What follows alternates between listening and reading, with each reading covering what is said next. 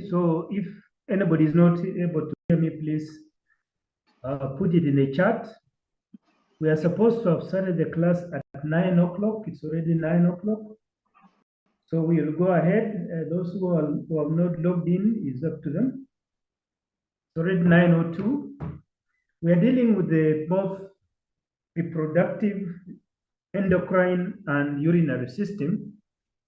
And endocrine and urinary reproductive system are very closely associated together because the endocrine system regulates the reproductive functions.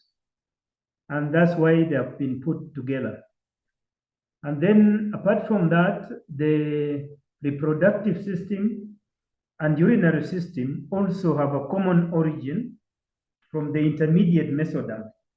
That's why they are also put together because of that common origin.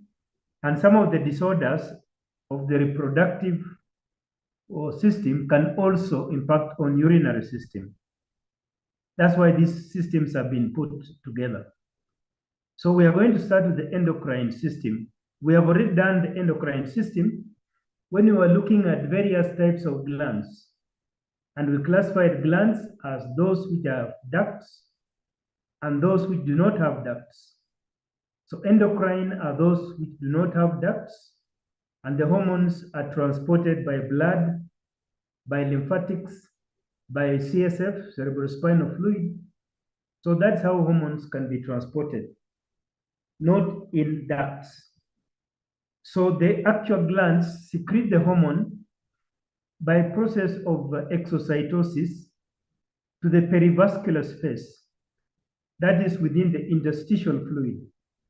And then from this interstitial fluid, the hormones can then pass into blood or the lymphatics. So we are going to look at these organs, their locations, their structure, and also mention about the hormones they produce and some of the hormones, functions of those hormones, and the disorders that sometimes do occur because of either excess production of the hormone or less hormone being produced. So that is how I would like us to deal with this. So for endocrine system, we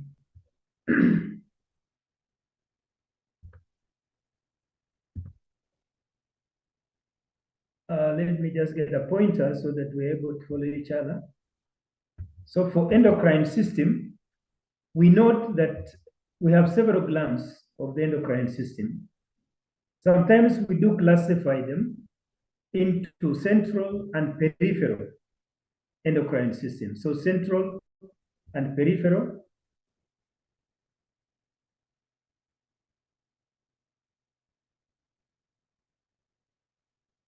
Sorry.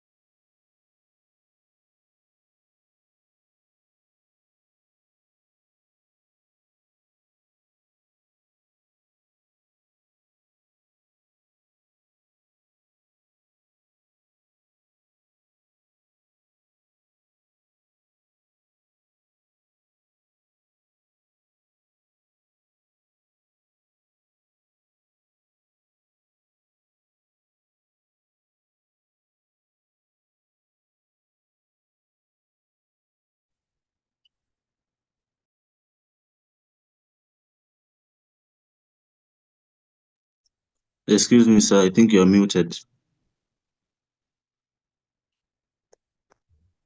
Okay, sorry for that. Let me just repeat. We have the central, what I put here in this is central endocrine organs, and these ones are peripheral endocrine organs. And I've said central endocrine organs, some of them regulate peripheral endocrine organs.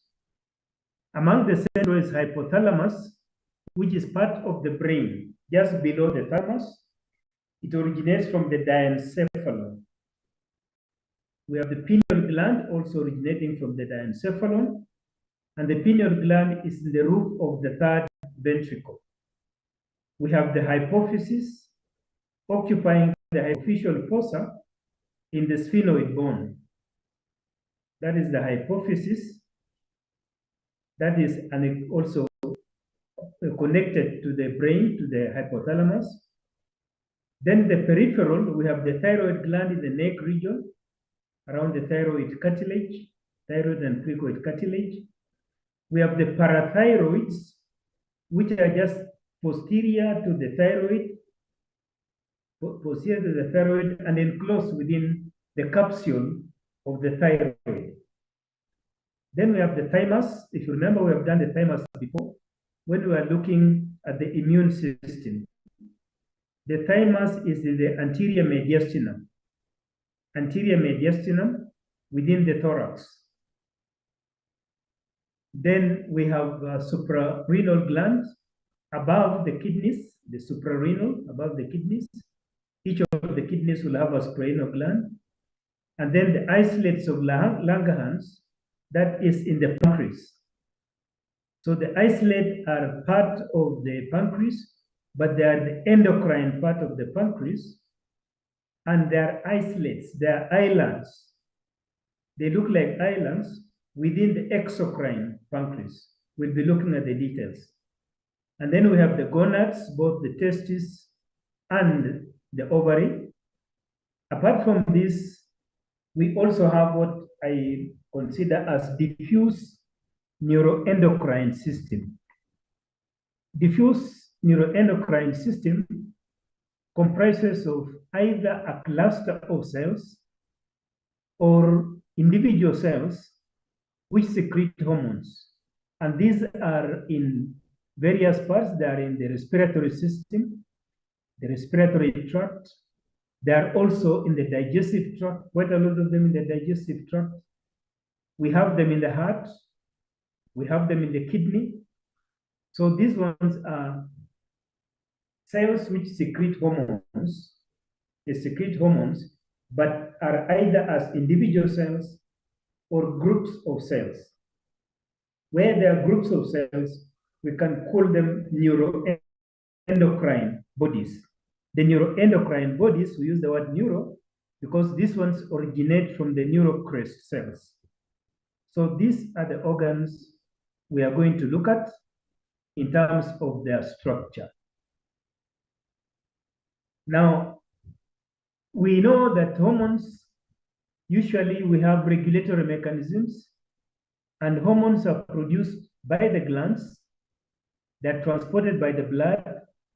Some of the hormones from the central endocrine system, that is from the hypothalamus and the hypophysis, are transported to the blood to the target organs. Those target organs now produce hormones. These hormones then can have a feedback mechanisms so that you don't have excess production of the hormones. Occasionally, you might have excess production of hormones when you have tumors or hyperplasia of the organs, overgrowth of the organ. Then in that case, you will have excess production.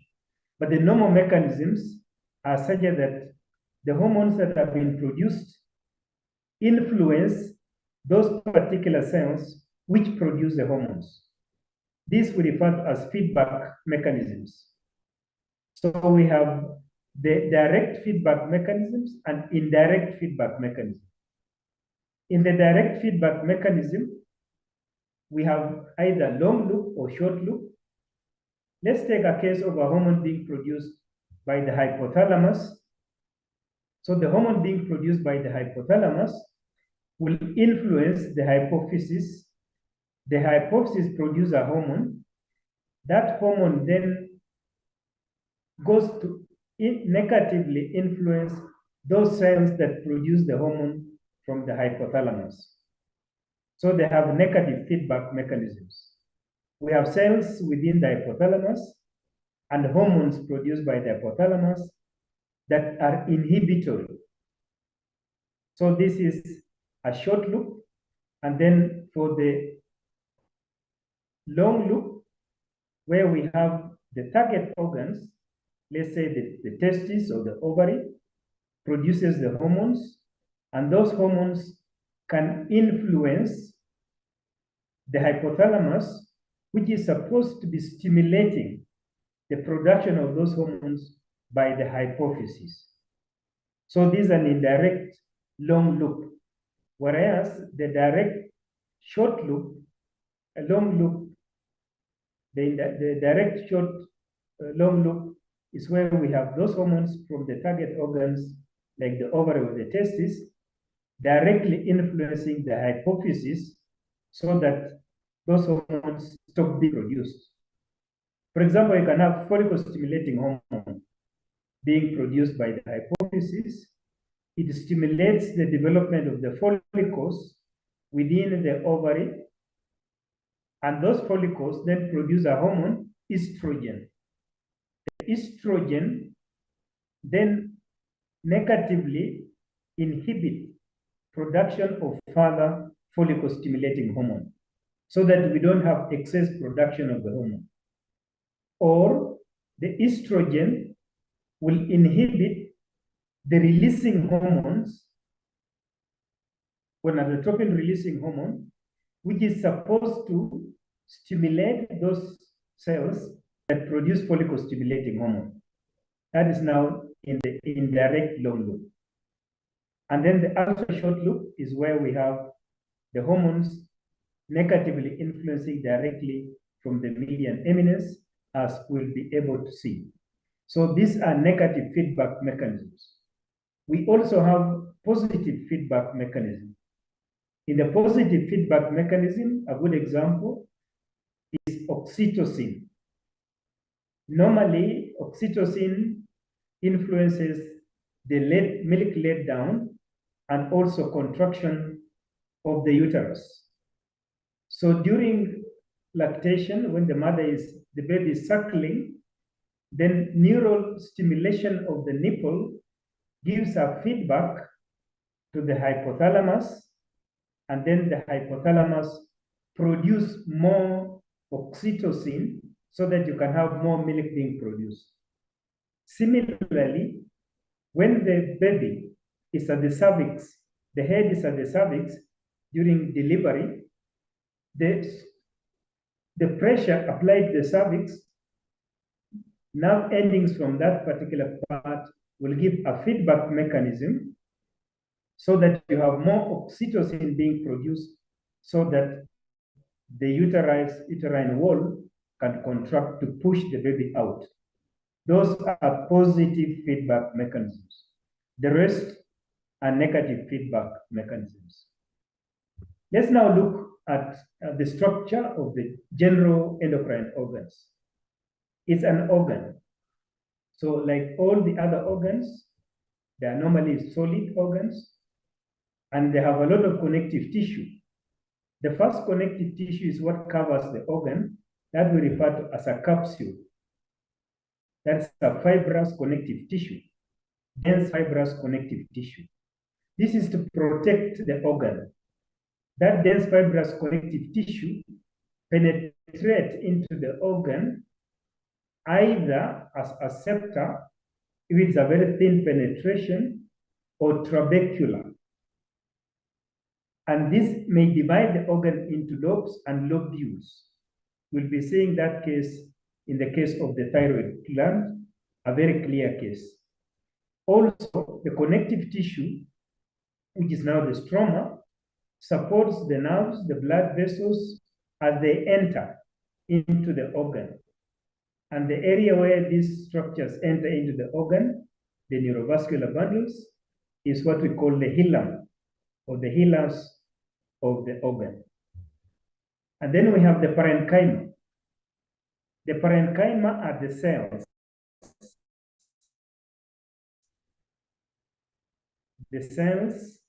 Those cells secreting the hormone are usually arranged in either clusters,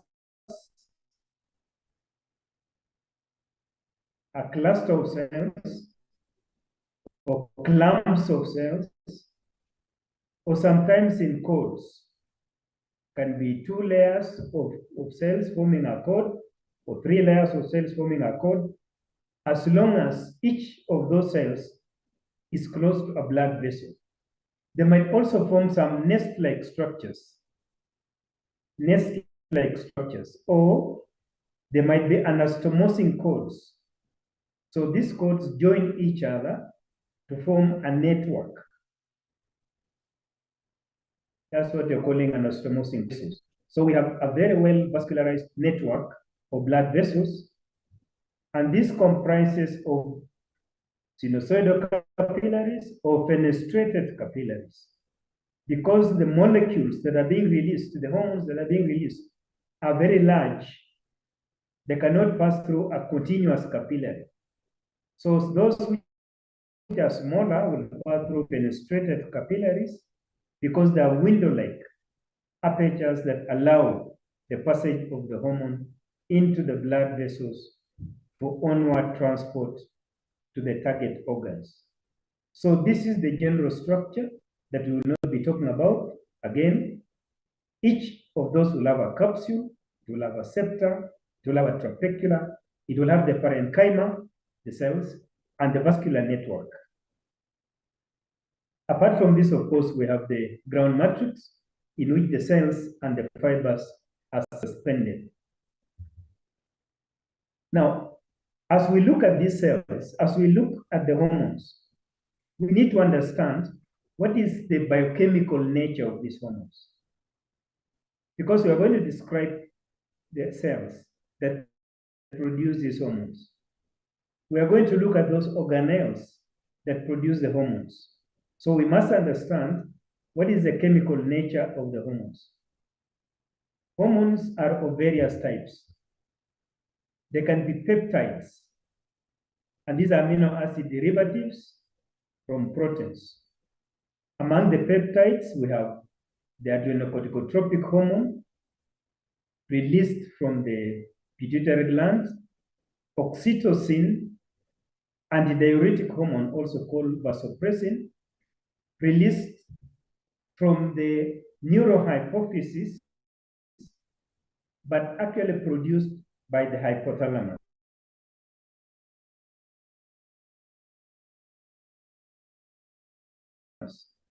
We have the somatosensoric pancreas, the glucagon hormone, the insulin, all these are produced by the pancreas.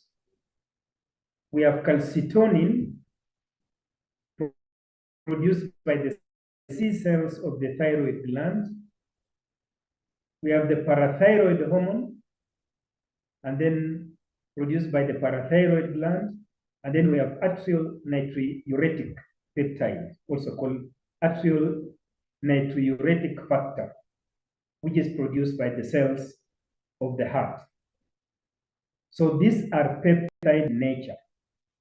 So we know what peptides are. We are going to eventually look at those organs, and that as we describe them, we are going to look at the organelles that synthesize those peptides. The others are proteins, protein in nature. The growth hormone, which is very important in growth of muscles, growth of bones. So the growth hormone is a protein in nature. And then prolactin. Prolactin, also, all these two are produced by the hypophysis. Growth hormone and prolactin are produced by the hypophysis. Prolactin, that is very important in the development of the mammary gland. The other ones are glycoproteins. Remember, this is a glycoprotein, which is having carbohydrates, oligosaccharides, and proteins combined. carbohydrates and proteins combined. And usually these are combined by the Golgi apparatus. So we'll have very well developed Golgi apparatus in these particular organs that have, or the cells that secrete these particular hormones. The thyroid stimulating hormone, which is from the thyroid gland, the luteinizing hormone, and follicle stimulating hormone. These ones are from the hypophysis. Erythropoietin, which is produced by the kidney, cells of the kidney. So these are glycoproteins. Being glycoproteins, you can stain for them used to demonstrate carbohydrates by periodic acid shift. Then we have the steroid hormones.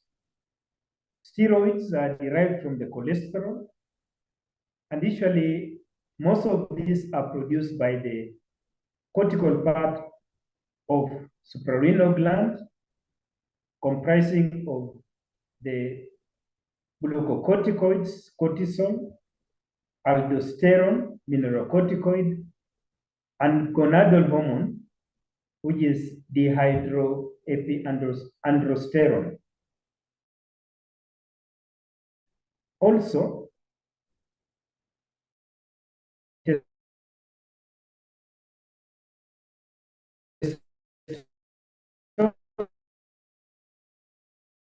testosterone and estrogen, testosterone from the male,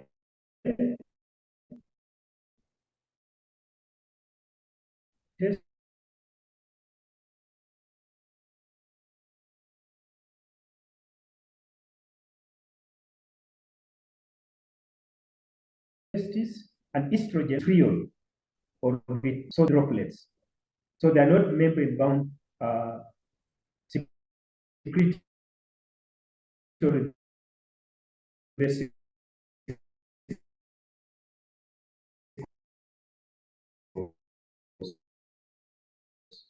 So we need to note as we describe these cells, we'll be able to. The other ones are amines, those are referred to as indole amines. The other amines are tyrosine, these are tyrosine derivatives, dopamine, epinephrine, norepinephrine. Epinephrine or epinephrine produced by the adrenal medulla, melatonin produced by the pineal gland, and T3, T4, this is thyroxine, which is produced by the thyroid gland.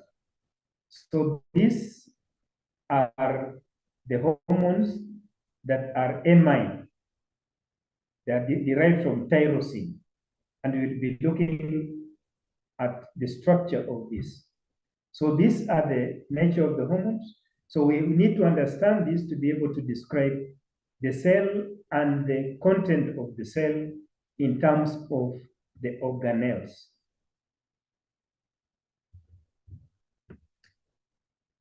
Now we have specific hormones and cell organelles. Let's just look at this as a summary form. We have the amines.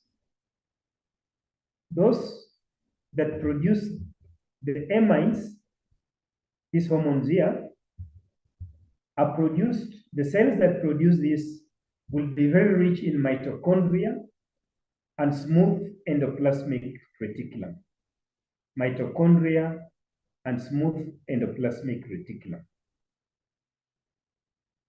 Some of the final enzymatic activity for the production of the hormones occur within the mitochondria.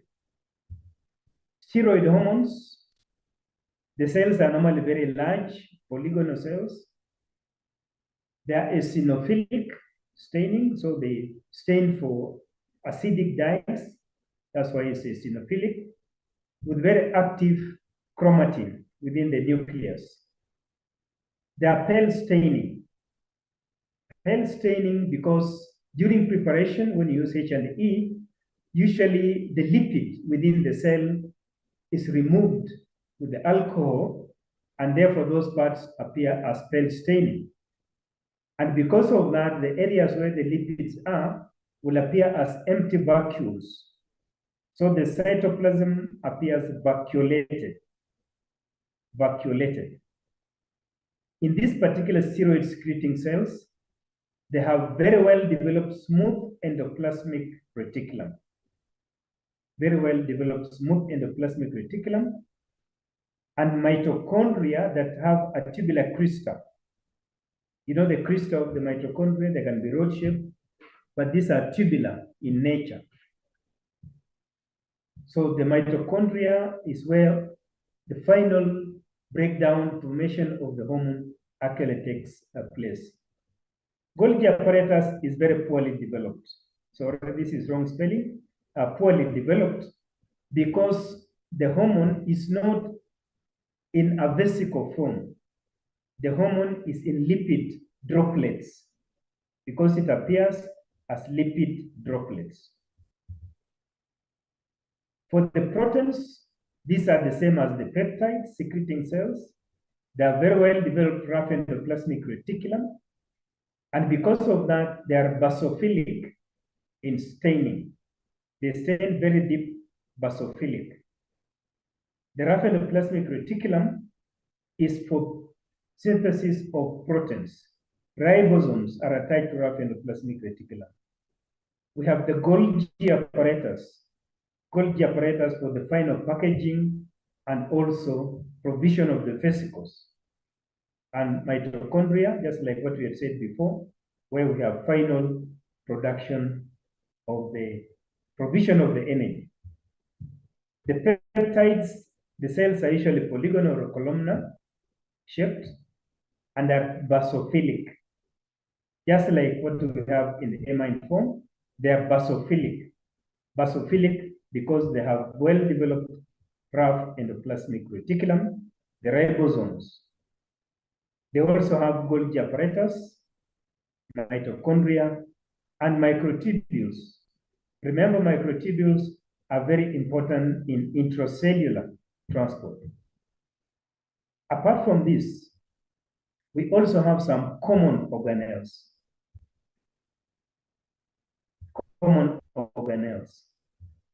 Some of the common organelles will include the Golgi for packaging, mitochondria, microtubules for intracellular transport, mitochondria to provide the motive force, the energy, and also we have the mitochondria, sometimes enzymes are located within the mitochondria.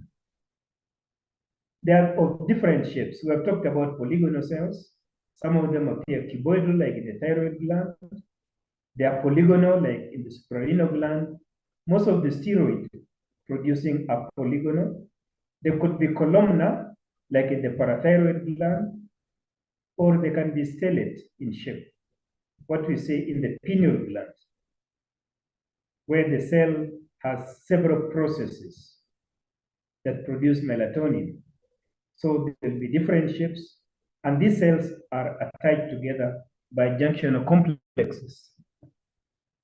And each cell is exposed to a blood vessel, very close to a blood vessel, because the hormone is supposed to be transported by blood. Now, for embryological origin of these endocrine organs, they come from all the germ layers. In a summary, they all come from all the germ layers. I'll just mention each of those and which ones come from what, but overall, they come from all germ layers. The hypothalamus is neuroendocrine, is from neuroectoderm, from the diencephalon. The pineal gland is a neural ectoderm. Remember, the ectoderm eventually divides into surface ectoderm and neural ectoderm. The neural ectoderm developed to form the nerve tissue and neurocrest cells.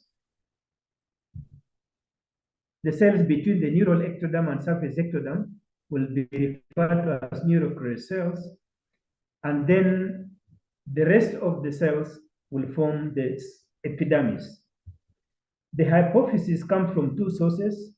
There's a neural ectoderm, the neurohypophysis from the diencephalon, and then the glandular part, the adenohypophysis, is from the oral ectoderm.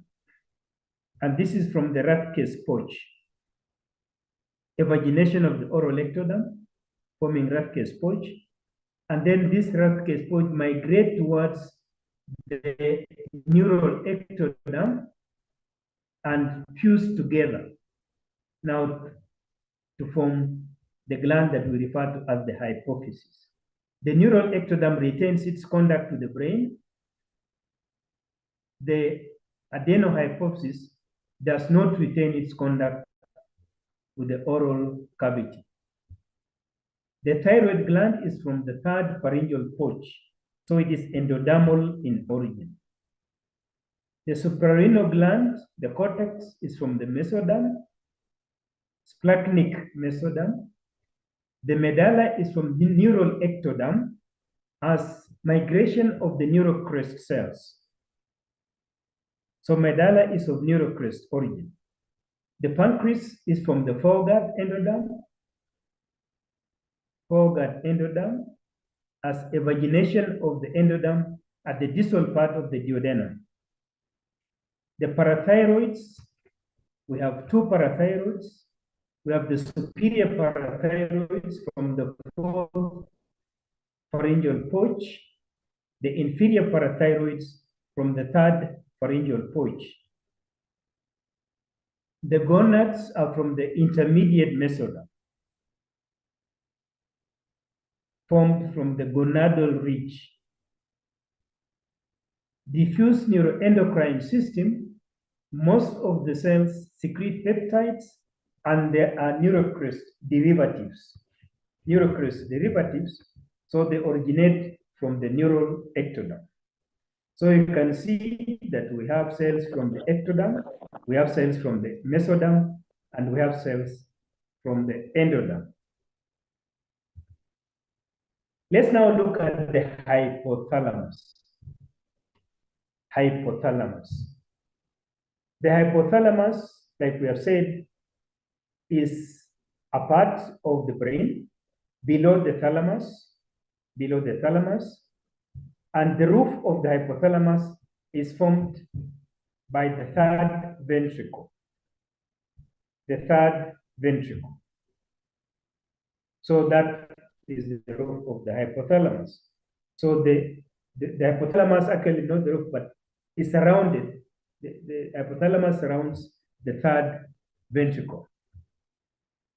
The hypothalamus, for the endocrine purpose, will be looking at the hypothalamus again under the nervous system. But for endocrine purposes, the hypothalamus have several aggregates. It's nerve tissue, but these are specialized secretory neurons. They are secretory neurons. They are not myelinated. Because they don't transmit an impulse. The cell bodies of these neurons aggregate to form some nuclei. Aggregates of cell bodies in central nervous system, we call the nuclei. So we have two types of nuclei. We have those with very large cell bodies that we call magnocellular nuclei.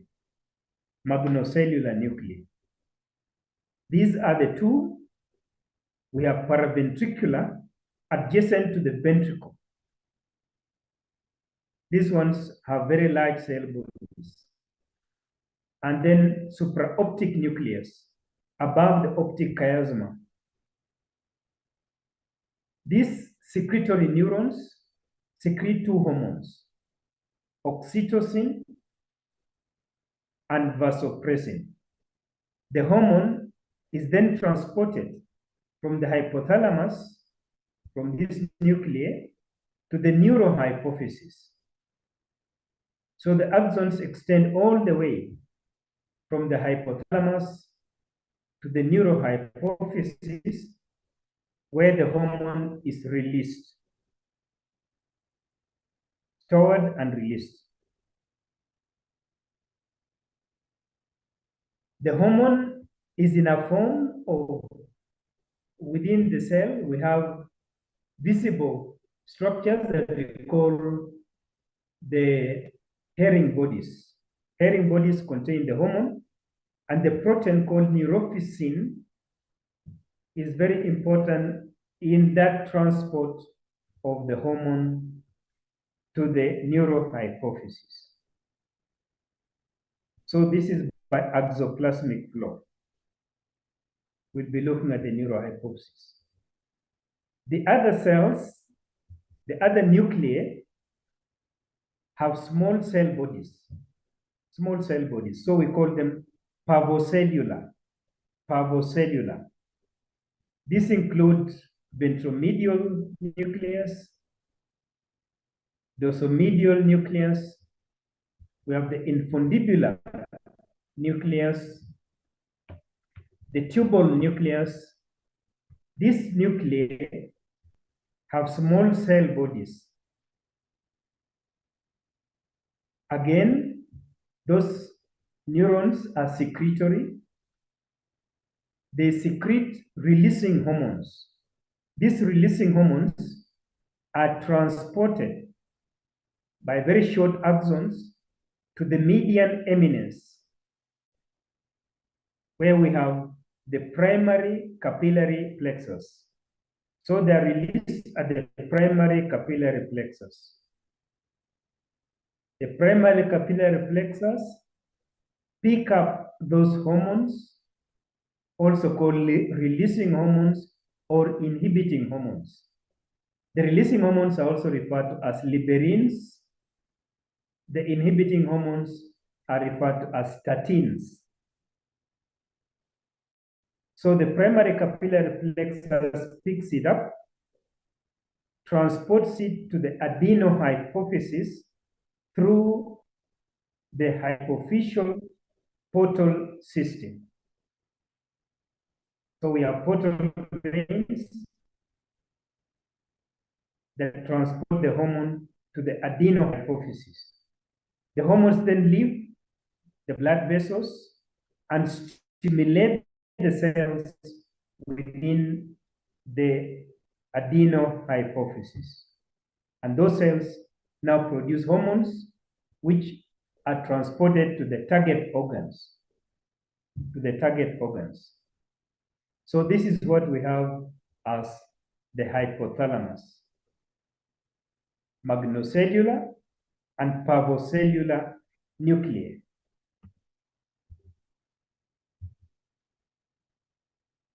So we have talked about the hypophysis, and the hypophysis has two parts. The adenohypophysis from the Rathke's pouch. You can have three parts of the adenohypophysis. We have a pars tuberalis that come to surround part of the infundibulum, the neural part. Then we have pars intermedia between the neurohypophysis and the adenohypophysis, where both neural tissue and glandular tissue are mixed together.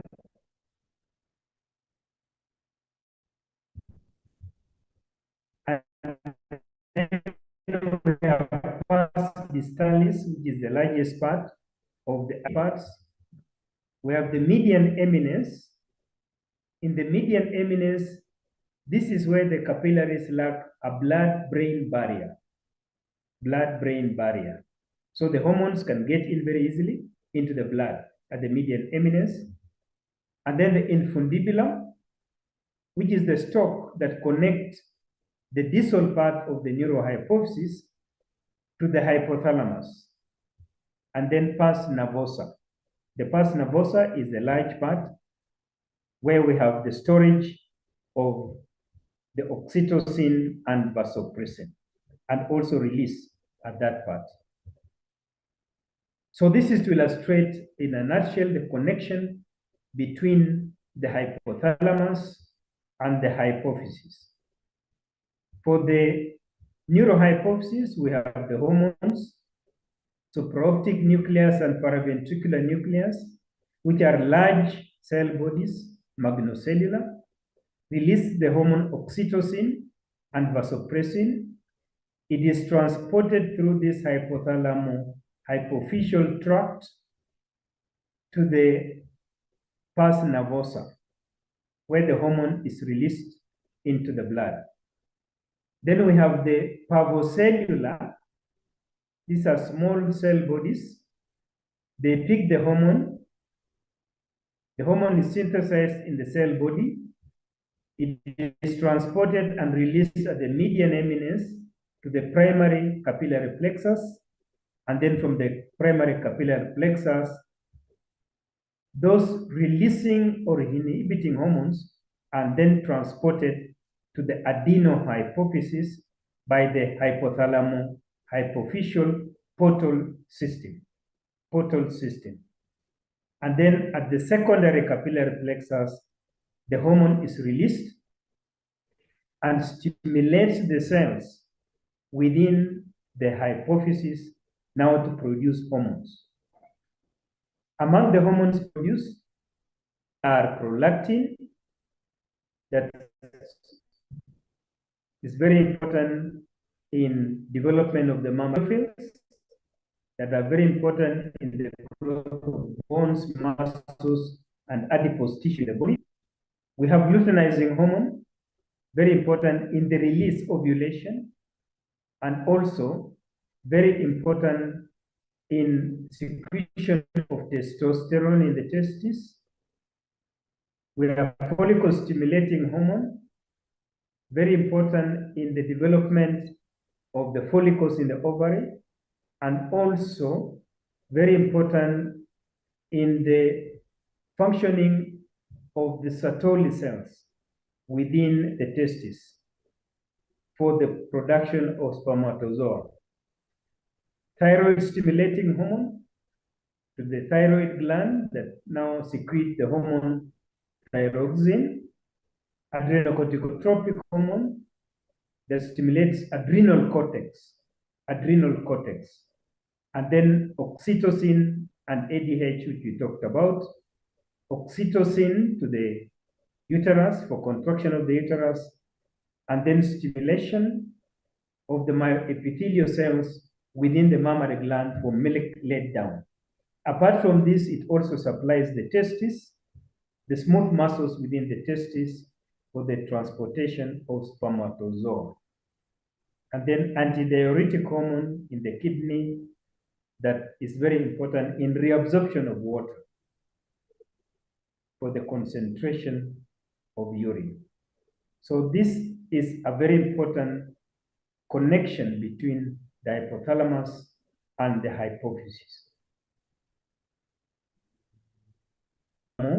Hypophyseal axis, but if it goes to the uterus, ovaries and testes, then we refer to it as hypothalamo-hypophyseal gonadal axis. Hypothalamo-hypophyseal gonadal axis. This is the hypothalamus. This is the infundibulum that connects it. This is now the pars nervosa and pars distalis of the hypophysis, sorry. Now, for the development of hypophysis, we are from the diencephalon and also from the roof of this oral cavity at Raschke's pouch. So this continue on. Eventually, this detach from the roof as Raschke's pouch and come to lie close to where we have neurohypophysis, and where the two cells are very closely together, the cells mix up. So the adenohypophysis now comes to form the pars tuberalis, pars intermedia, and pars distalis.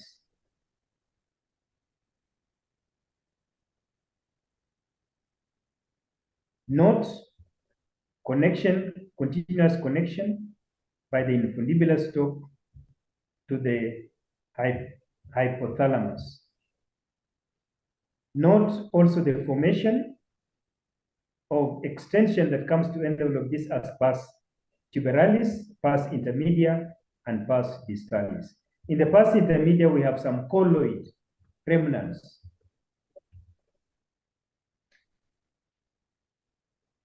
For the hypophysis, also called pituitary gland, we have This is the neurohypophysis. This is the pars intermedia. This pars distalis, and then the pars tuberalis. This is the infundibulum. For the cell structure, of course, the hypophysis is covered by a connective tissue capsule. And usually you can group the cells into those that take up stains that we refer to as chromophils, and those that do not take up stain that we refer to as chromophobes.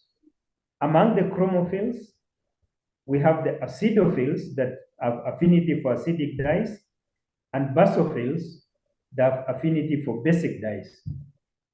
Among the acidophils, these cells we call somatotropes that produce growth hormone under the stimulation of somatotropin-releasing hormone from the hypothalamus. We have the mammotropes, that's very important in mammary gland, that we have mammotropin-releasing hormone from the hypothalamus stimulating the mammotrope cells. These are acidophils.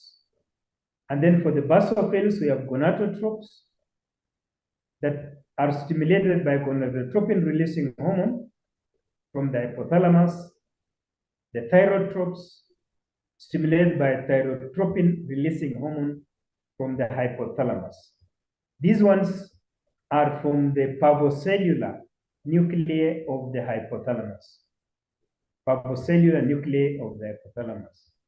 We have the corticotropes that produce corticotropin-releasing hormone from the hypothalamus. These are releasing hormones, also referred to as liberins. At the same time, when we have the negative feedback mechanism, cells within the hypothalamus will release inhibiting hormones. So we will have somatotropin releasing hormone, inhibiting hormone, mammotropin inhibiting hormone, gonadotropin releasing inhibiting hormone. Sometimes we call those statins. So those will inhibit secretions from the hypophysis. What happens when you have a tumor of the hypophysis? When the glands of the hypophysis have tumor and they grow, they have cancerous tissue, they grow, they produce excess hormones. Specifically, two cells that are of importance here. We have those that produce the vasopressin. Vasopressin, that is the paraventricular and also supraoptic nuclei. Those ones might produce excess vasopressin. So because of excess vasopressin, we'll have a lot of water. Diuresis. We'll have diabetes insipidus. So if they are damaged, so they'll have diabetes insipidus, where you have frequent passage of urine. And then growth hormone deficiency. If there's damage to the growth hormone cells, then you have dwarfism. People are very short stature, dwarfs. And then if we have excess growth hormone, before 20 years, usually the hypophyseal plate closes by 20 years. So if the hormone occurs before 20 years, then the hypophyseal plate continues to grow. The bones become very long. Then you end up with gigantism. Gigantism, very tall people, 8 feet tall, very tall people. But if after the epiphyseal plate has closed and we have excess production of the hormone, then we have acromegaly. The bones become very large, very thick. We have the bone, the face becomes very thick. The skin becomes very thick when you have those excesses production. So these are some of the disorders that can occur associated with the hypophysis. This is the hypophysis. We can note here the 3 cell types. We have these cells, these are basophilic cells. Note that the cells are arranged in a cord, they are in cord, And in between these coats, we have sinusoidal capillaries with some little connective tissue supporting the blood vessels. The orange staining cells are acidophils.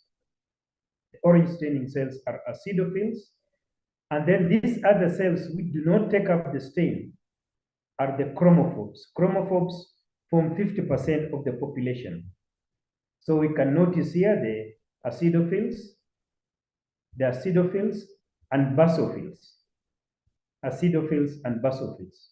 This has been stained with orange G.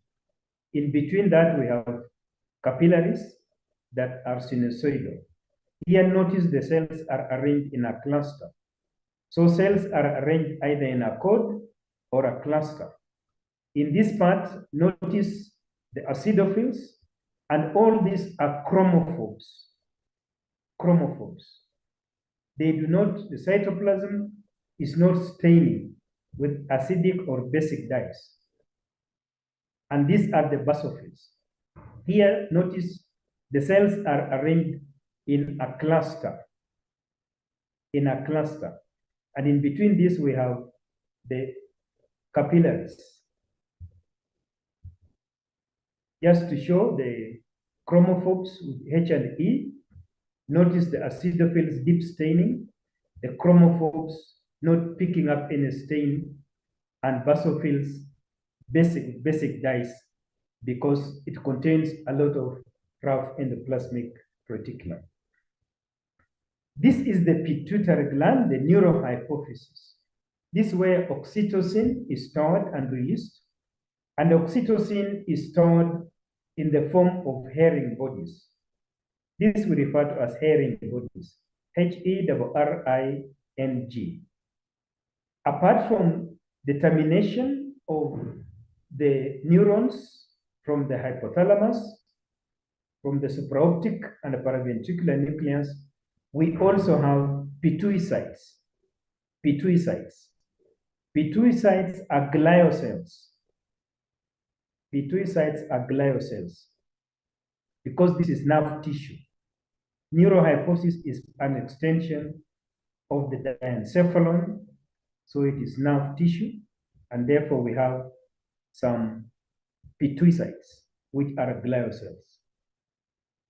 So that is about the hypophysis and hypothalamus.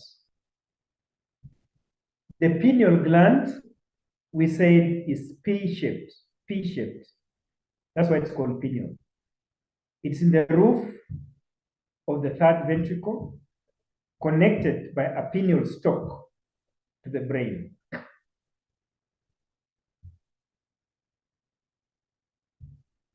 We have a pineal stalk to the brain, and we have pineal recess, a small depression, and the commission, posterior commission, and also pineal recess. That's where it's located.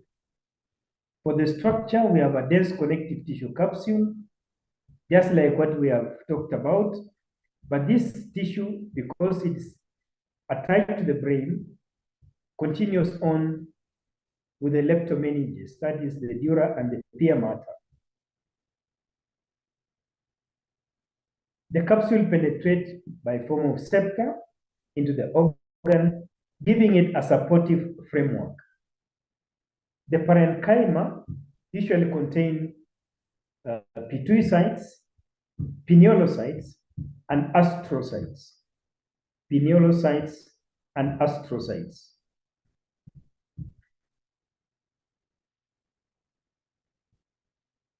Now, the parenchyma has a lot of blood vessels because the blood is supposed to transport the hormone that is released to the perivascular space.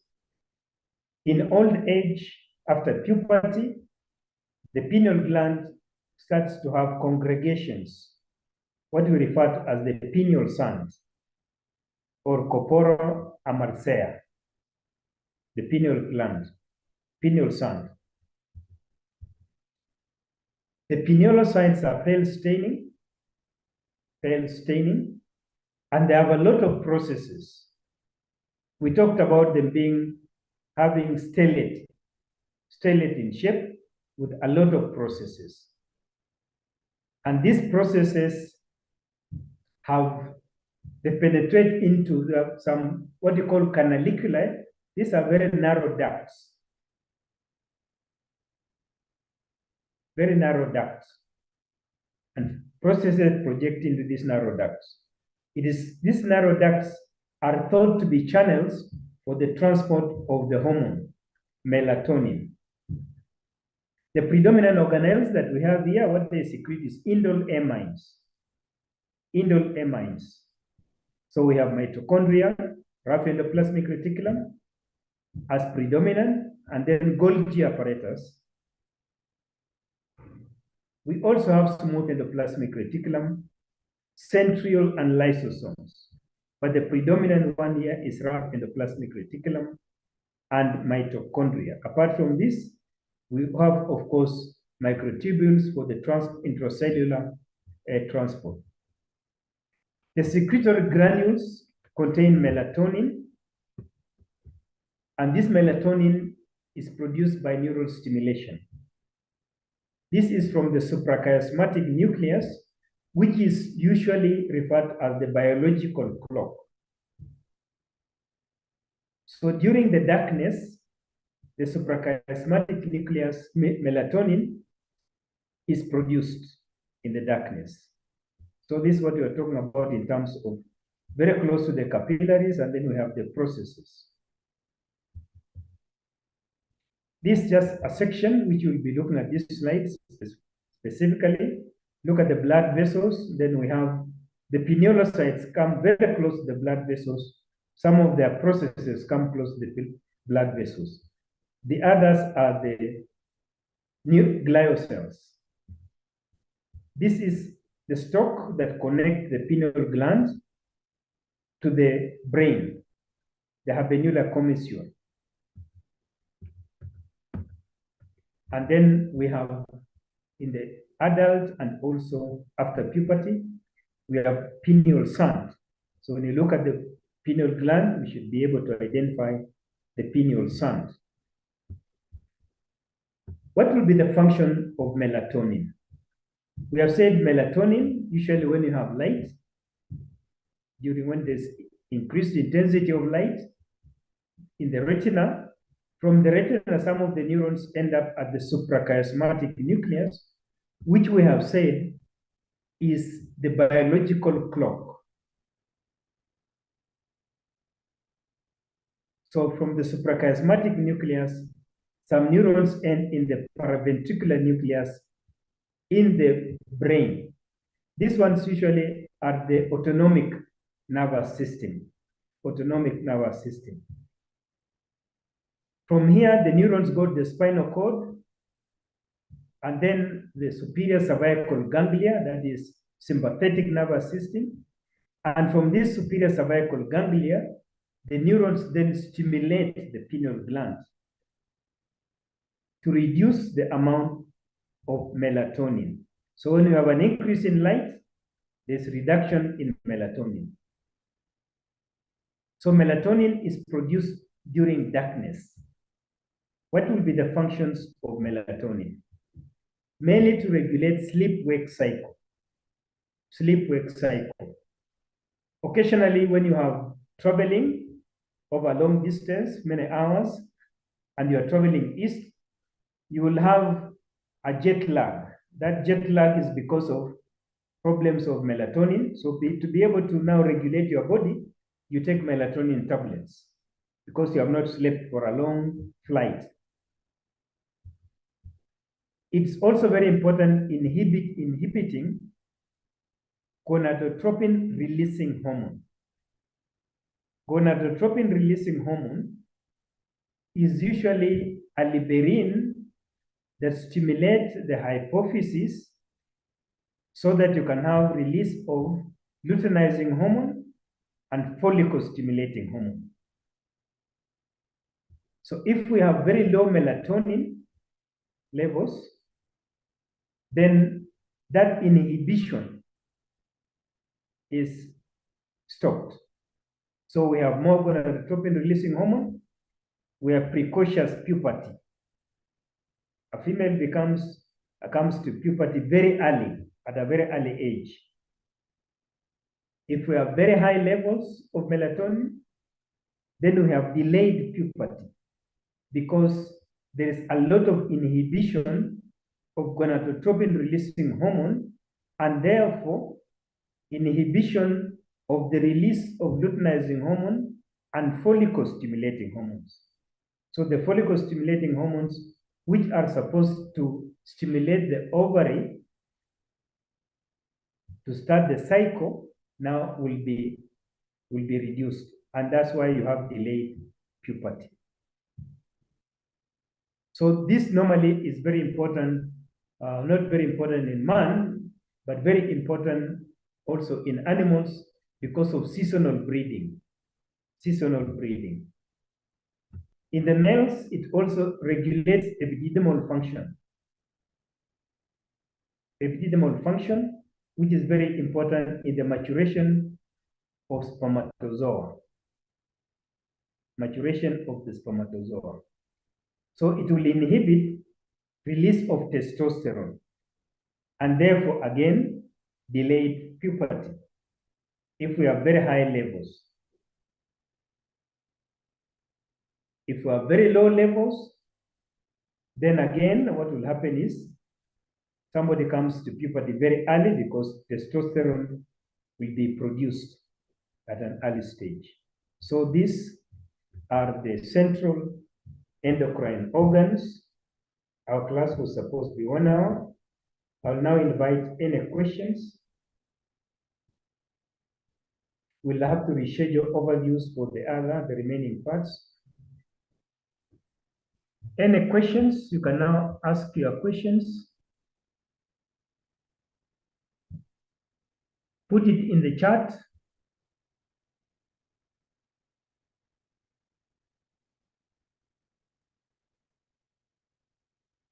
Class reps, are you supposed to be going to another class now? Nothing? No. Dental? No. Physiotherapy? We have a class at 11. Okay, so we can continue to 11 instead. Consensus? We agree on to continue to 11? Yes. Thank you. So this is where deal with the central, and you can see how they influence the peripheral endocrine organs. How they influence peripheral endocrine organs. Okay, before we leave that, let me just make comments on this. Somebody wants us to talk about parvocellular. Now, parvo means small. Parvo means small. So the nuclei, the cell bodies of some secretory neurons, they do not transmit an impulse, but they secrete hormones, are small in size, and therefore they are classified as parvocellular neurons. And these ones here are within the dorsomedialis, ventromedialis, the infundibular, and the tubal nucleus of the hypothalamus. The parvocellular neurons have very short axons. The axons terminate in the primary capillary plexus, where they release the releasing hormones, which we talked about. For every hormone released by the pituitary, there is a releasing hormone which stimulates its production.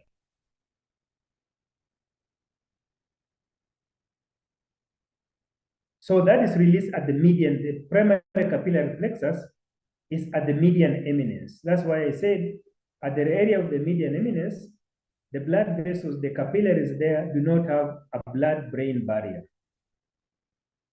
Once the hormone has been released to the primary capillary plexus, it is transported to a secondary capillary plexus in the adenohypophysis. Any blood vessel that joins two capillary plexus is what we call a portal system. This is a portal system joining the hypothalamus and the hypophysis. That's why we call it hypothalamo-hypophyseal portal system. At the secondary capillary plexus, the releasing hormones are now released to the cells. And those cells are the acidophils and the basophils. The specific target for each of those cells depends on the releasing hormone, because they have receptors for those releasing hormones. So if it is a follicle-stimulating hormone, gonadotropin hormone will only stimulate those cells that will produce follicle-stimulating hormone and luteinizing hormone. That is the gonadotropes.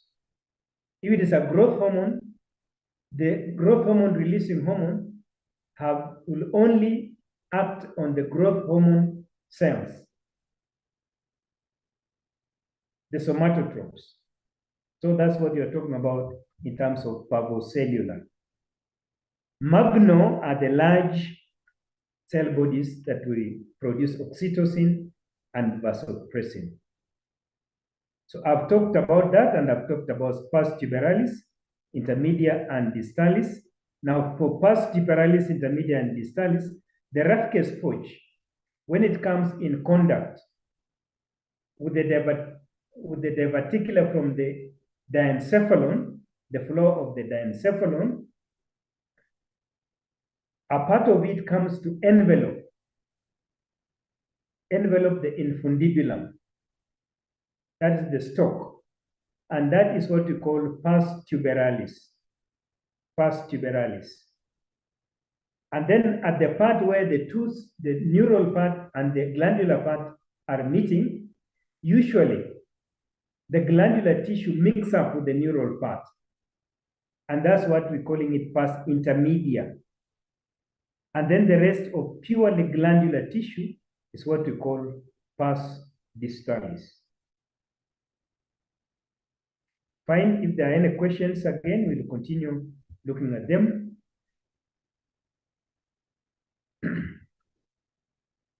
So we've seen the effect of hypothalamus, the hypophysis, and now regulation by the regulation of the peripheral endocrine organs.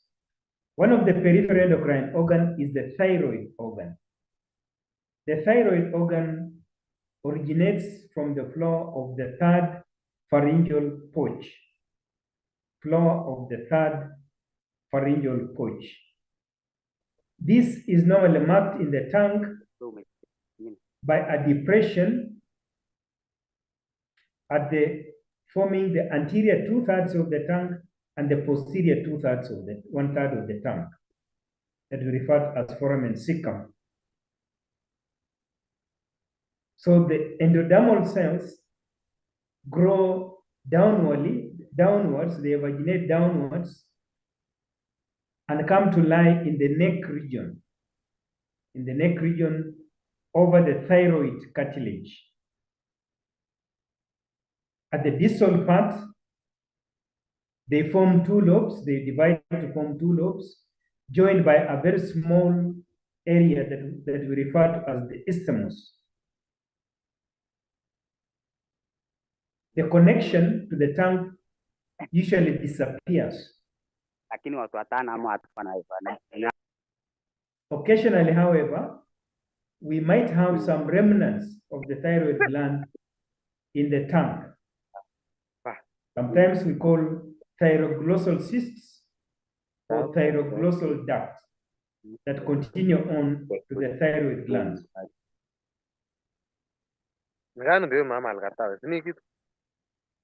Can you stop talking, please? Mute your microphone. So the thyroid gland is covered by a connective tissue capsule. It's covered by a connective tissue capsule, just like the other organ. So it's located over C5T1, that's for gross anatomy, covered by infrahyoid muscles, supplied by the superior thyroid artery, inferior thyroid artery, and the isthmus is covered by thyroid ema from thyrocervical trunk.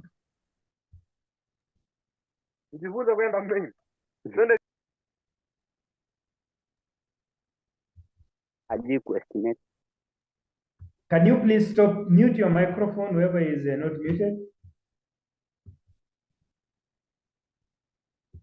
For the structure, we have a capsule, we have the stroma, which is connective tissue, just like what we have talked, supporting blood vessels, nerves, and lymphatics. The parenchyma consists of thyroid follicles. So the functional unit of the thyroid is a follicle. Between those follicles, we call that parafollicular area, which contain parafollicular cells. The follicles are lined by an epithelia that vary in shape. It can be simple cuboidal to low columnar, depending on the functional status of the thyroid. We have a very well-developed capillary network around the follicles because the hormone is to be transported by blood. The cells, which are the thyrocyte, I've said are cuboidal or columnar in shape, and their main function is synthesis and also storage of T3, T4. The cells synthesize the hormone. The hormone is stored in the form of the colloid, as a thyroglobulin. That's the colloid.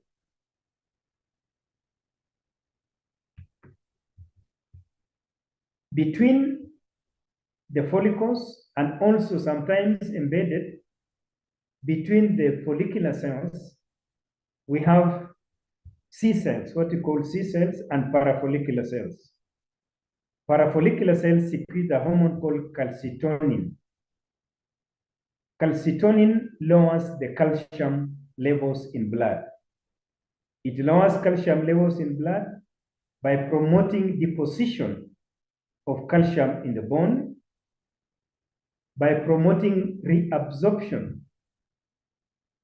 not reabsorption, secretion of calcium in the kidney, and by inhibiting reabsorption of calcium in the digestive tract. So in that way, you are able to lower the calcium levels in blood.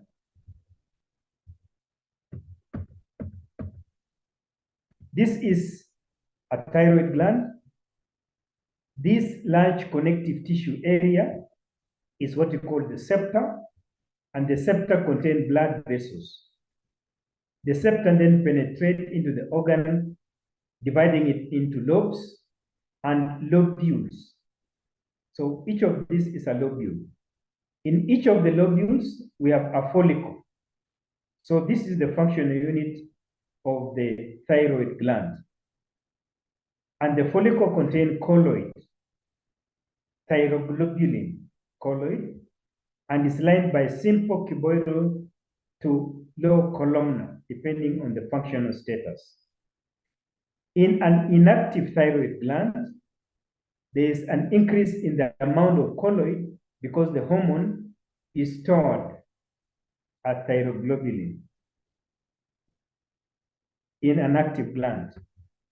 In an hyperactive gland, the colloid is then taken in by endocytosis. The colloid is taken in by endocytosis, and the hormone T3, T4 is released into the blood, and there's recirculation of the iodine and also the globulin part. So that way, the colloid is removed from the center. The cells, therefore, become almost columnar. Like I've said, low columnar. So this is a hyperactive thyroid gland. The other one is inactive thyroid gland. Around the follicle, this is a follicle. Around the follicle, we have blood vessels, a very well-developed capillary network comprising of fenestrated capillaries. Between the follicles, we have parafollicular cells that secrete calcitonin. So this is an inactive thyroid. Notice the cells are cuboidal in shape, a very large colloid containing thyroglobulin. Notice again cuboidal in shape, connective tissue surrounding the follicle, which is a functional unit, and this connective tissue contains a very well-developed capillary network that surrounds the follicle. And in between those follicles, we have parafollicular cells.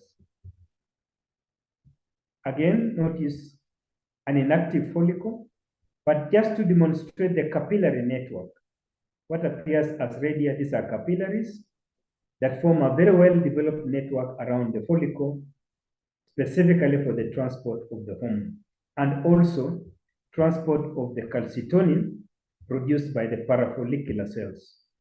These are parafollicular cells. At high magnification, note the capillaries. Note a high content of colloid because it's inactive.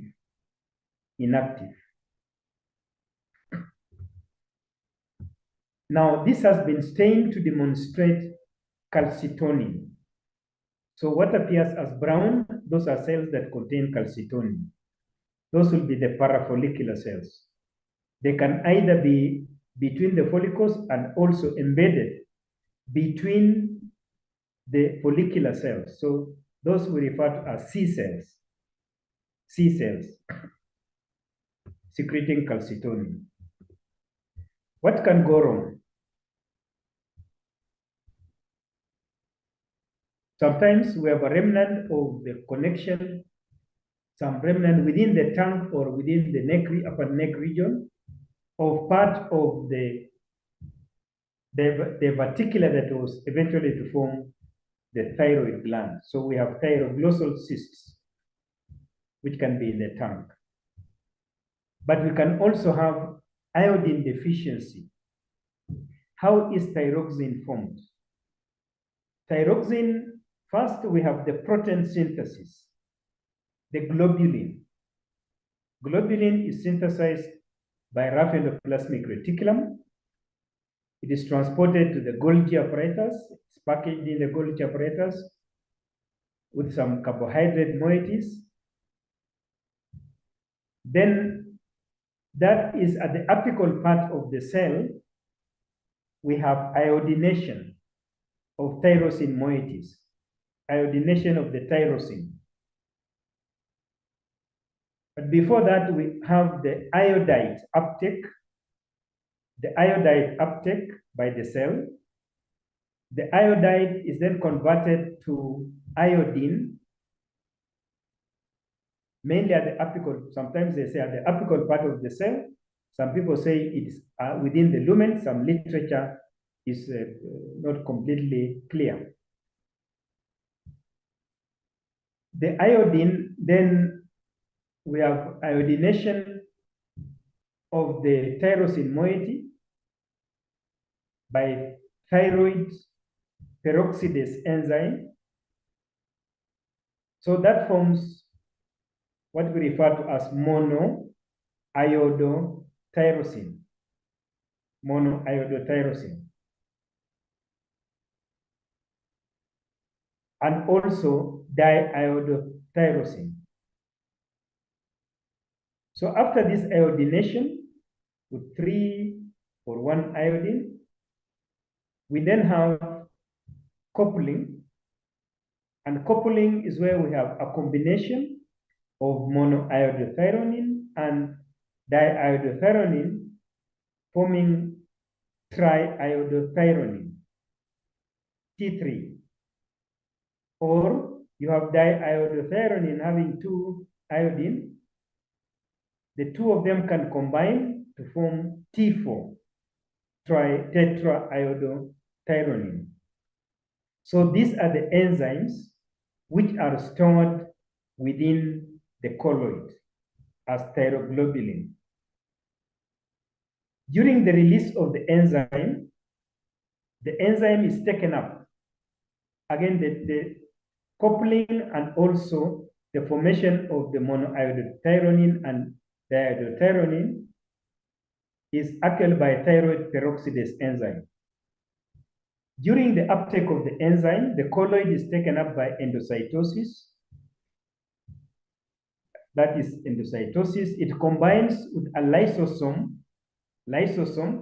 So lysosomes are very well developed. Within the lysosome, we have proteases. The enzyme proteases that breaks down the protein tyrosine so that the T3 and T4 are released. T3 and T4 are released. And then the globulin part, the protein part now is taken up to the liver. Sometimes we also have within the liver, the enzyme can be broken down to form monoiodothyronine and diiodothyronine within the liver or the kidney. T3 is the most active part, and that is very important for metabolism of the body. Thyroxine is very important in metabolism. So when you have iodine deficiency, the gland will try to grow, the cells will try to grow bigger, become bigger, to try to produce as much hormone as possible. Because of that, there is enlargement of the thyroid gland that we normally see as goiter.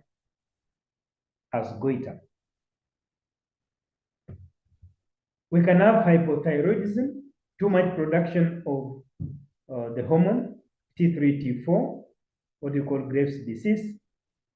And in hypothyroidism, there's a high heart, there's hypertension, and we also have rapid palpitation of the heart, rapid beating of the heart, and intolerance to temperature. Or we can have less production of the thyroid hormone, hypothyroidism.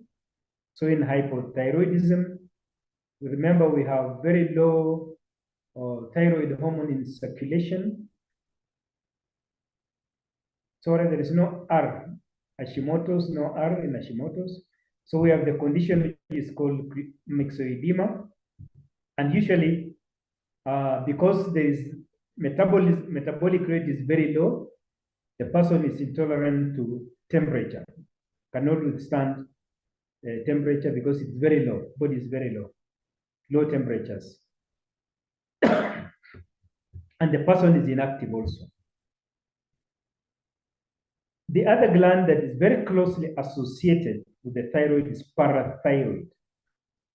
Parathyroids are two, we have said, superior and inferior parathyroid. The superior parathyroids originates from the fourth pharyngeal pouch, so it is endodermal. It is dragged along by the superior parathyroid goes on to the thyroid gland. As the thyroid gland also grows, it moves on together with the thyroid gland and ends up to lie very close to the thyroid. The inferior parathyroids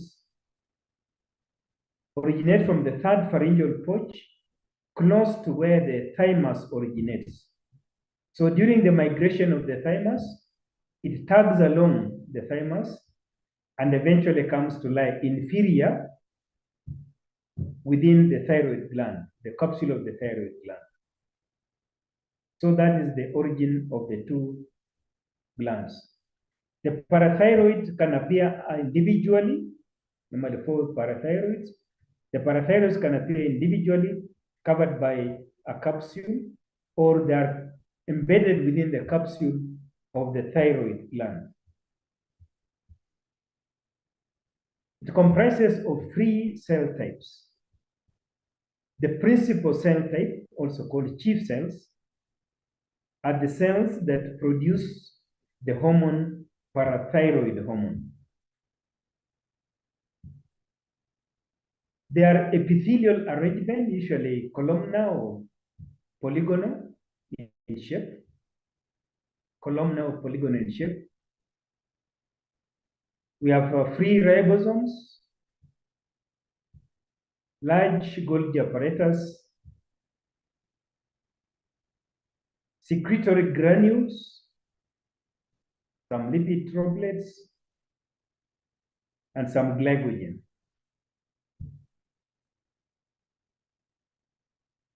That is when it is active, when it's producing the hormone, parathyroid hormone. So those are chief cells, slightly pale staining because of lipids, basophilic because of the ribosomes. The other cell types are clear cells. And clear cells are thought to be a form of chief cells that have excess glycogen.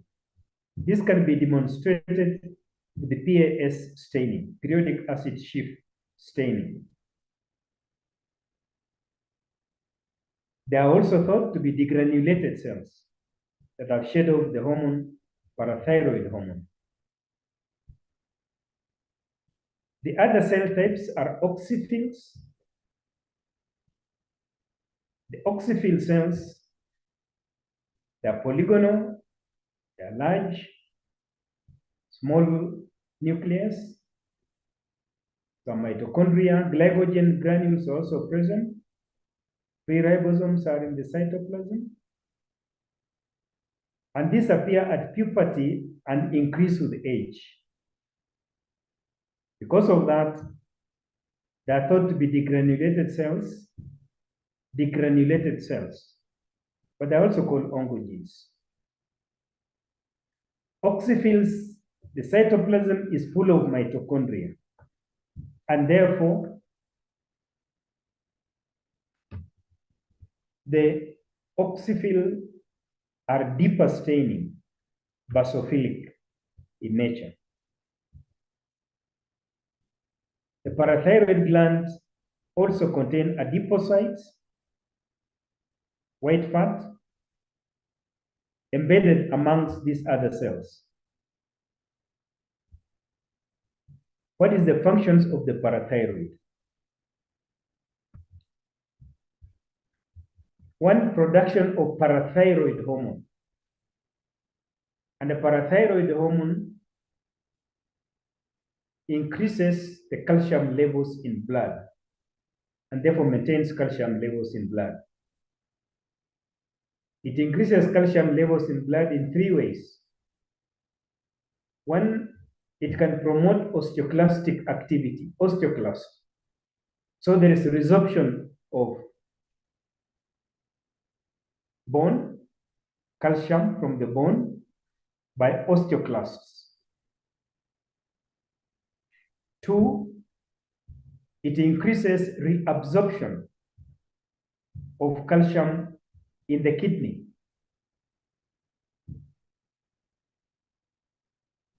Three, it increases absorption of calcium in the digestive tract. So overall, it increases the calcium levels in blood.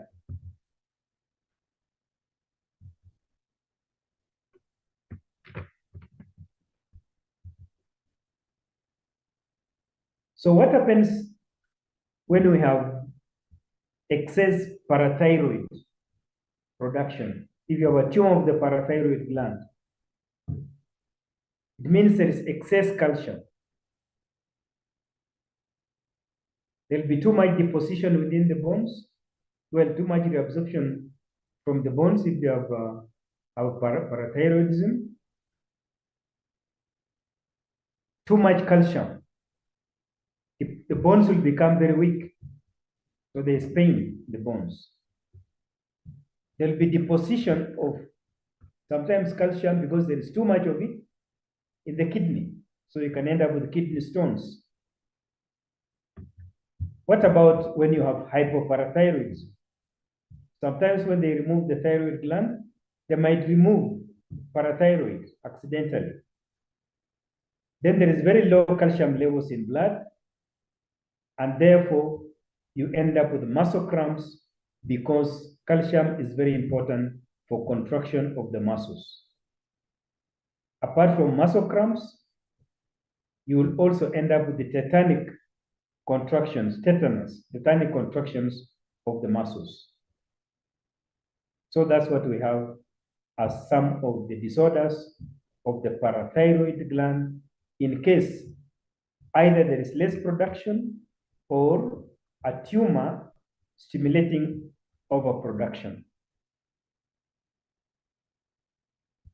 The thyroid gland is not regulated by the hypophysis or hypothalamus. The functioning of the thyroid gland is regulated by the amount of calcium in blood. If there is high calcium in blood, then calcitonin takes in to reduce the calcium. If there's low calcium in blood, parathyroid then increase calcium levels in blood in the three ways we have talked about here. This is the thyroid gland on the right. This parathyroid gland, like I said, they're very closely associated. They have their own separate capsule. Here we have two cell types. You look at the cytoplasm, the cells with the deeper staining cytoplasm. These ones here are the oxyphils. Oxyphils have deeper staining cytoplasm because of a lot of mitochondria. The cells that are light stained cytoplasm, very light stained, these ones are chief cells. Chief cells and also clear cells. Chief cells and clear cells. And notice the blood vessels. Notice the arrangement of the cells. They are epithelioid in nature.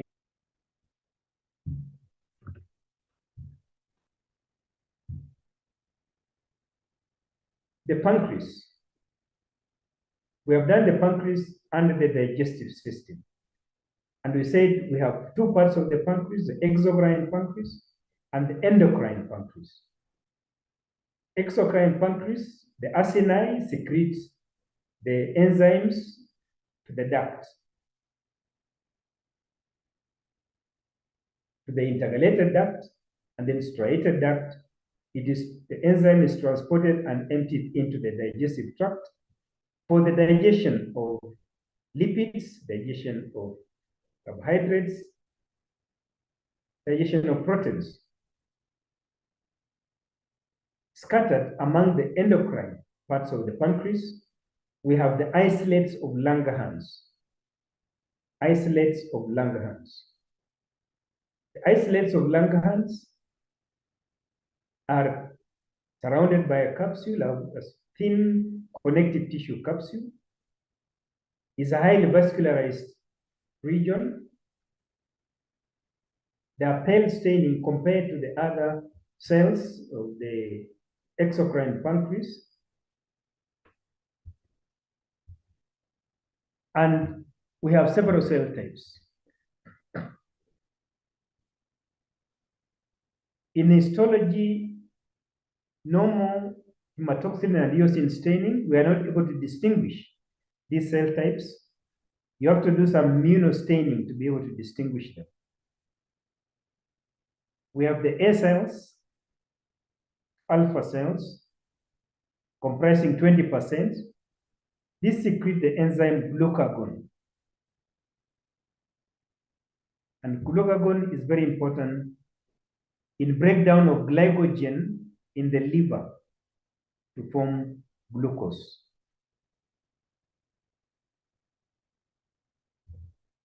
The majority of the cells are the B cells or beta cells, constituting 75%. And this secrete the enzyme insulin. And insulin is very important in glucose metabolism. Insulin promotes uptake of glucose by the cells and utilization of glucose by the cells.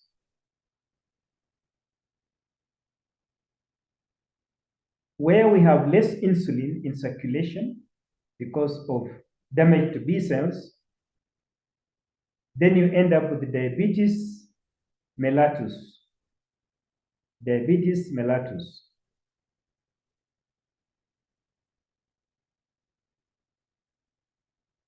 Either type 1 or type 2 diabetes mellitus. This can also occur where we have insensitivity of the cells to insulin. Adequate insulin is produced, but the receptors within the cells are missing. Then it behaves like you have less insulin in the body.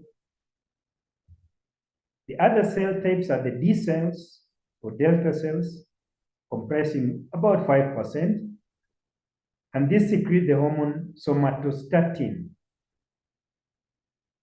Somatostatin inhibits both A cell and B cell.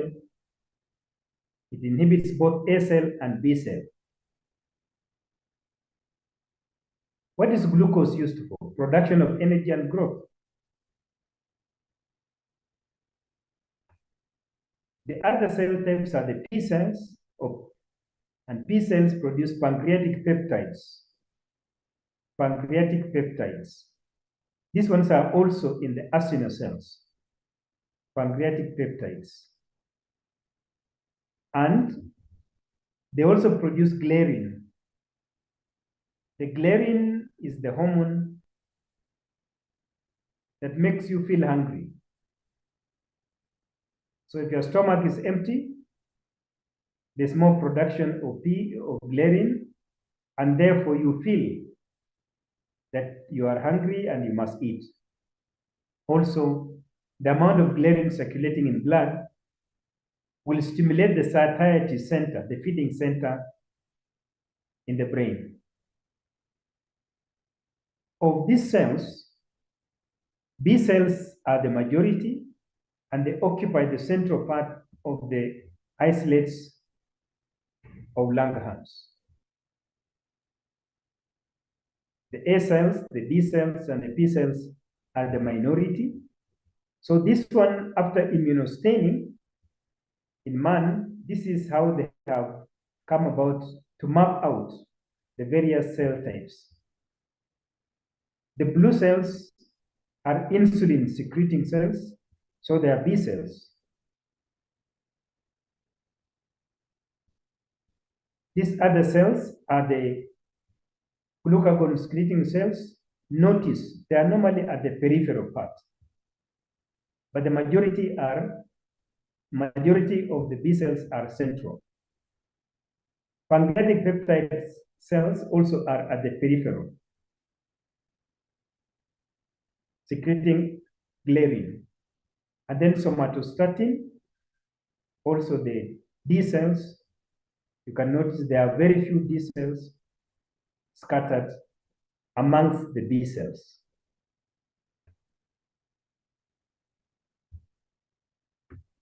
After immunostaining, this is what we see.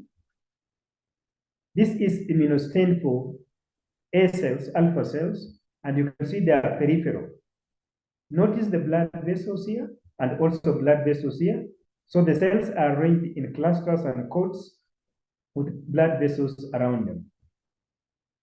This one has been stained to demonstrate insulin using anti-insulin, insulin as a marker. And we see that most of the cells are centrally placed and they form the majority of the isolates of Langerhans.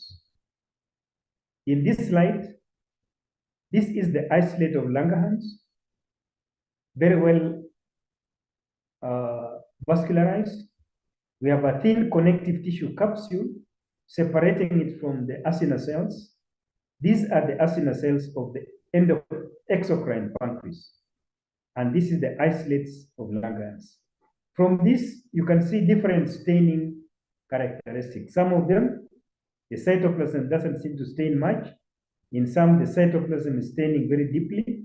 So this just to demonstrate with H and E that we have several types of cells within the isolates of Langerhans. Using a different stain, again, the majority here are the B cells and then a few of the A cells. But of importance is the arrangement of the cells and also the blood vessels. This is another slide. You'll be looking at this slide. This is the isolate. Notice the connective tissue capsule, thin connective tissue capsule. The blood vessels, what appears as yellow, these are blood vessels, the red blood cells within capillaries. And then the arrangement of the cells are clusters and cones. Using a different stain again to demonstrate, the isolates of Langerhans are scattered amongst endocrine, exocrine cells. Most of the isolates of Langerhans are in the tail of the pancreas. Notice the arrangement here, the blood vessels. These are blood vessels, and you can see the cells are very close to the blood vessel because the hormone must be transported by blood vessels. So they appear as large and small clusters of cells. Notice these are very small cluster of island of cells. These are larger cluster, and so on. Again, the same isolate, a pale staining region scattered among exocrine. So that is the pancreas, isolates of Langerhans. How about suprarenal? The suprarenal glands, it used to be called adrenal, but it was found that it is actually above the kidney, at the superior pole of the kidney. So it was referred to now as suprarenal gland. Suprarenal gland is of dual origin. The cortex originates from the splanchnic mesoderm. The medulla originates from the neurocrest cells. So it is neural ectoderm.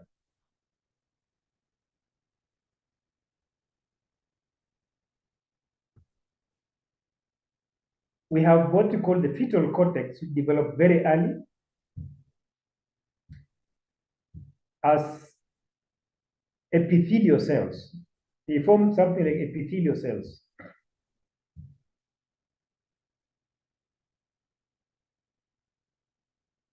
So this fetal cortex will be surrounded by a cluster of other cells. The fetal cortex after birth undergoes involution. So the cells disappear. And this thin cluster of cells surrounding the fetal cortex then differentiates to form all the three layers of the cortex. Therefore, that we refer to as the definitive cortex. Definitive cortex. So by the third year, we are able to identify all the three layers of the cortex. Which are these layers of the cortex? And how are they arranged?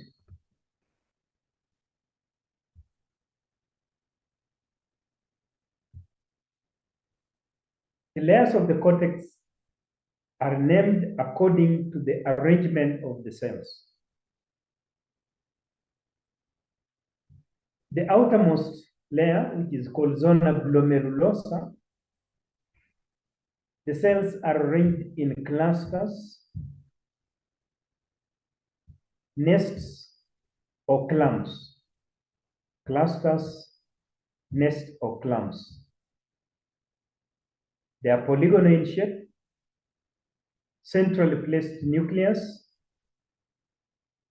with an active chromatin nucleus. They secrete mineralocorticoids.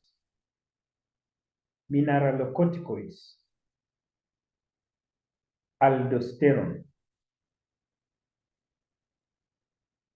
And this is under the influence of renin-angiotensin system. So the zona glomerulosa is not influenced by adrenocorticotropic hormone from the hypophysis. It is influenced by the sodium blood concentration.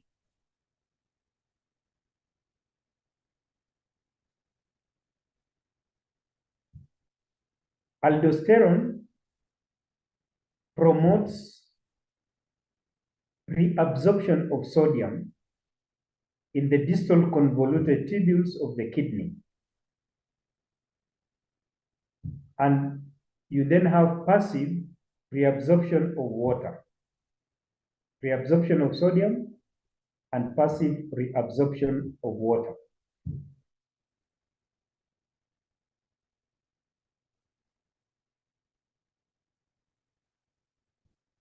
The next layer, but we need to note also that the zona glomerulosa, if we have the pituitary gland removed, it does not influence the cells in the zona glomerulosa. The thickness of zona glomerulosa does not change. If we have, however, a sodium deficient diet, if somebody takes a sodium deficient diet for some time, then zona glomerulosa cells undergo hypertrophy, they enlarge. So the thickness of zona glomerulosa increases because it is trying to produce a lot of hormone to be able to reabsorb sodium.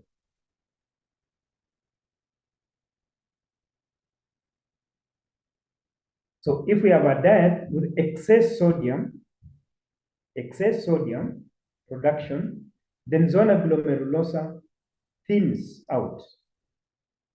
And therefore, it is concluded that zona glomerulosa is not influenced by adrenocorticotropic hormone.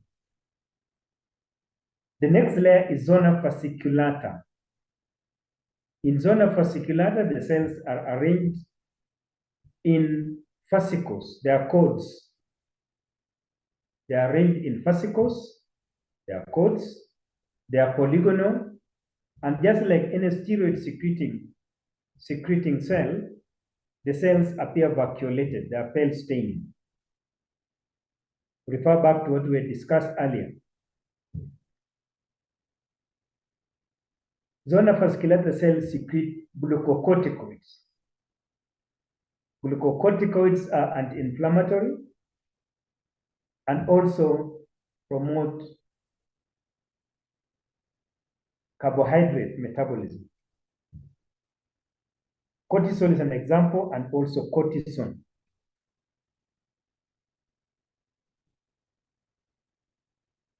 In zona reticularis, the cells are arranged in anastomosing codes. And in this zone, the cells stain deeper because they contain lipofuscin granules.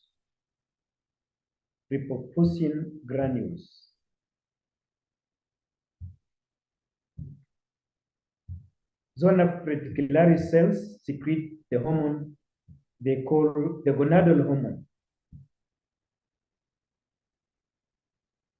dihydroepiandrosterone hormone.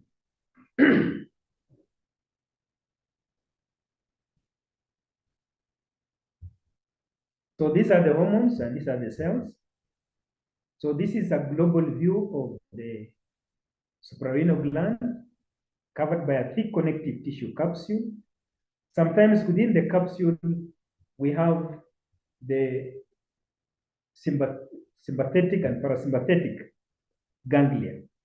We have ganglia, parasympathetic ganglia, sometimes embedded in the capsule or very close to the capsule. So here we can see the two areas. This is the cortex and this is the medulla, cortex and medulla. And in the cortex, you can see the cells, different arrangement of the cells. The medulla here has very large, these large cavities is because all the blood from the cortex drains to the medulla and is drained to the medulla. So we have two blood vessels. The blood vessels enter the capsule. They break down into capillaries, fenestrated capillaries. They pass between the cells and eventually end up in the veins in the medulla. Some blood cells bypass the cortex and go directly to the medulla and form a capillary network to supply the medulla with the nutrients. The medulla is, I've said, originate from the neurocrine cells. So they contain what we call chromaffin cells. They reduce potassium dichromate. That's why it's called chromaffin cells. They are sometimes also called agendaphin cells. Silver, they reduce silver. So columnar cells, which are chromaffin cells, very closely in contact with the blood. Amongst those, we also have sympathetic ganglia, which are, the cells are thought to be modified postganglionic neurons of the sympathetic nervous system from thoracic segment 11 to L1, the sympathetic nervous system. This is the global view. We have the capsule, we have the cortex, and we have the medulla. And in the cortex, we have cells arrayed in clusters. So this outer part here is the zona glomerulosa. Zona glomerulosa. And then we have this other area where the cells are arranged in fascicles in a line. This is now what we call zona reticularis. And then this part here is zona fasciculata. In zona fasciculata, we have less lipid in the cytoplasm and more lipofuscin granules. At high magnification, this is typical of the cells that secrete steroid. Centrally placed nucleus, the cytoplasm appears vacuolated. They are polygonal in shape. Polygonal, that means several, can be 5, hexagonal, pentagonal, but polygonal in shape, very large centrally placed nucleus. This is typical of all steroid secreting cells. This is glomerulosa. This is fasciculata. In between the fascicles, we have the sinusoidal capillaries. This one here is the medulla, and in the medulla, we have these cell bodies, which are the ganglionic cells. Ganglionic cells within the medulla. Sometimes what can happen, the suprarenal gland, you can have hypocortisolism, where you have cortisol as being produced, a lot of cortisol being produced.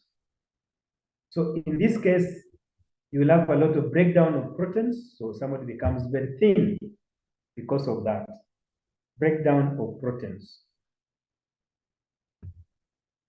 We can have hyperaldosteronism, aldosterone. So when you have excess aldosterone being absorbed, then you have excess sodium being absorbed, excess water being absorbed, so the body becomes like edematous, or what you call anasaka. You have chronic adrenocortical insufficiency. That's insufficiency of all those hormones. You know the function of the hormone, and therefore, if we have insufficient hormones, it will have the opposite of what it is supposed to do. In the medulla, we have sometimes tumor of the medulla, of the chromaffin cells. So we refer to as pheochromatoscytoma. And if we have that, then we have excess production of epinephrine and norepinephrine. And remember, epinephrine and norepinephrine are stress hormones. So this is where you have some sympathetic, excessive sympathetic activity, restlessness, and so on. We have done the thymus, so I've just put it here to mention that thymus produce hormones, which are thymosin, thymolin, thymopoietin, and thymic neurofactor, very important in maturation of T cells. These are the thymic epithelial reticular cells, and we have covered that when we are dealing with the immune mechanism. For the endocrine ovary, we are going to deal with this again when you are dealing with the reproductive system, but just to mention that the primordial follicles usually are lined by flattened cells that we refer to as the follicular cell. This follicular cell, under the influence of follicle-stimulating hormone, will then differentiate from a cuboidal cell that we refer to as the granulosa cell. The granulosa cell secretes the hormone estrogen, under the influence of follicle-stimulating hormone. Now, the several granulosa cells develop, and we have the several layers, primary follicle, secondary follicle, and so on. But granulosa cells in general secrete estrogen and estradiol. These ones are steroid hormones. Immediately next to the basement membrane of these granulosa cells, we have the theca interna cells. Theca interna cells. And after ovulation, in which the oocyte, together with the corona radiata cells and cumulus operans cells are shed off, this lumen is now occupied by these granulosa cells and also the cells from the theca interna. And under the influence of luteinizing hormone, those cells now secrete the hormone we refer to as progesterone, which again is a steroid hormone. So this is now the corpus luteum, and these are lutein cells secreting progesterone. The placenta secretes placental hormones.